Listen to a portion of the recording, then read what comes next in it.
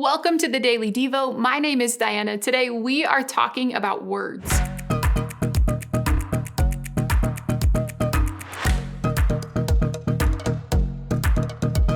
What are you building with your words today? So my nephew and I, we love to build towers, rocket ships, little animal homes, and other creative builds with his magnet tile blocks. So each time we bring out the basket, the bin full of them, we always end up building a brand new creation. It is a blast.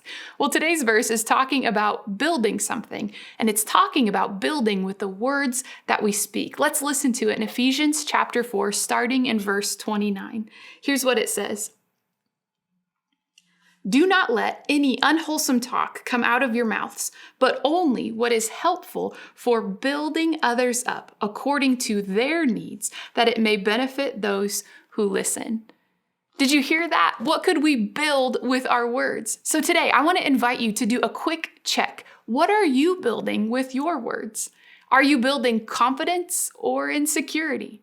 Are you building solutions or problems, trust or hurt, hope or doubt, connection or disconnection, love or indifference?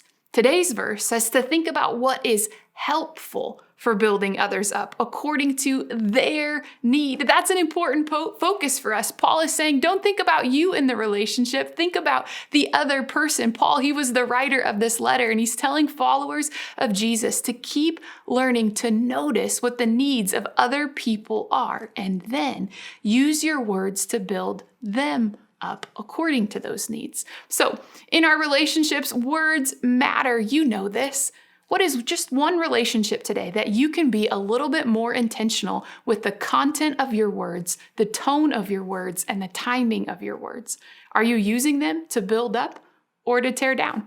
So my mom is great at this at her work. Some of her patients, she has multiple patients every day. Some of them, they love to talk and they love to be heard. Others of them need to vent.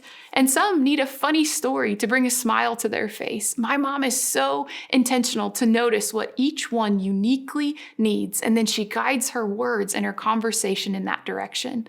My mom is living out this verse with God's help each day. She's noticing a need and building others up with her word. And get this, she knows that she cannot do this on her own. She shared with me how she's built this habit of saying a quick silent prayer every time a patient walks in. She says something like, "Hey God, help me help this person during their time with me." So let's do that. Let's ask God to help us notice the need of others and build them up with our words.